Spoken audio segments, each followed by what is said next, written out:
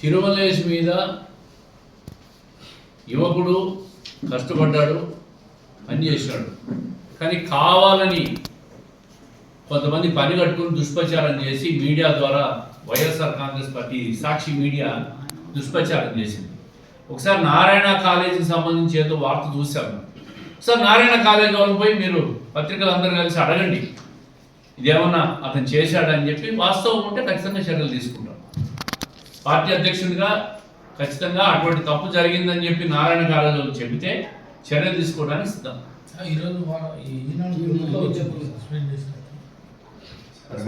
మేము సస్పెండ్ ఏం చేయాలి? పేపర్లు రాసుకున్నారు, పత్రికలు రాసుకుంటున్నారు.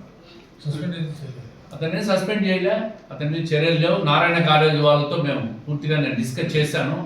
అతను నారాయణ కాలేజీ వాళ్ళని మమ్మల్ని ఎవరు బెదిరించలేదు, మమ్మల్ని ఏం అడగలేదని చెప్పి మాట్లాడుతూ ఉన్నాడు. సాక్షి పత్రికలో రాస్తేనే చర్యలు తీసుకుంటా ఉంటారా? మీడియా కూడా కొంచెం కనుక్కొని రాయాలి వాస్తవాలు కూడా.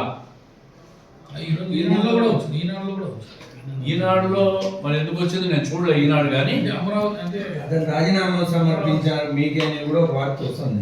అంటే బాగా నేను తప్పు చేసి ఉంటే నా రాజీనామాని యాక్సెప్ట్ చేసి చర్యలు తీసుకోండి అని చెప్పి వాలంటరీగా అతను వచ్చి మాకు రాజీనామా ఇచ్చిన మాట వాస్తవం.